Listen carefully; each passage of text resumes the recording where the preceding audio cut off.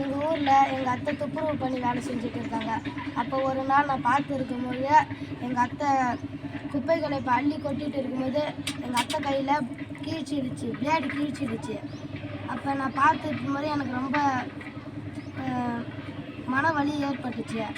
அதனால் நான் என்ன பண்ணேன்னா, இப்படிலாம் இப்படிலாம் நடக்கக்கூடாதுன்ட்டு மேக்னெட்டிக் காந்தம் அப்படின்னு ஒரு டஸ்ட்பினை கண்டுபிடிச்சேன்.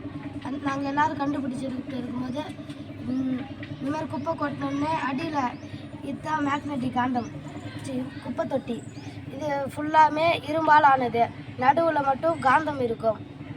இது மேலே நம்ம குப்பை கொட்டினாலும் குப்பைக்குள்ளே குண்டு ஊசி, ஆணி, பிளேடு இதுமாரி போன்ற நிறைய இரும்புகள் இருந்தாலும் அடியில் ஒட்டிக்கும். இதனால் நம்ம எடுத்து போடும்போது கொஞ்சம் சுலபமாக மெதுவாக எடுத்து போடலாம். அப்போனா நம்ம யாருக்கும் ரொம்ப ஆபத்து ஏற்படாது. முக்கியமாக துப்புரவு வேலை செய்கிறவங்களுக்கு இந்த ஆபத்து இந்த குப்பை தொட்டி ரொம்ப அவசியம்.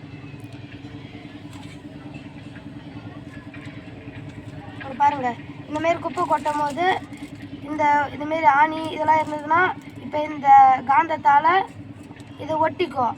இது இல்லாமல் இருந்ததுன்னா நம்ம கையில் கிழிச்சிடும். அதனால் நாங்கள் இதை கண்டுபிடிச்சிருக்கோம்.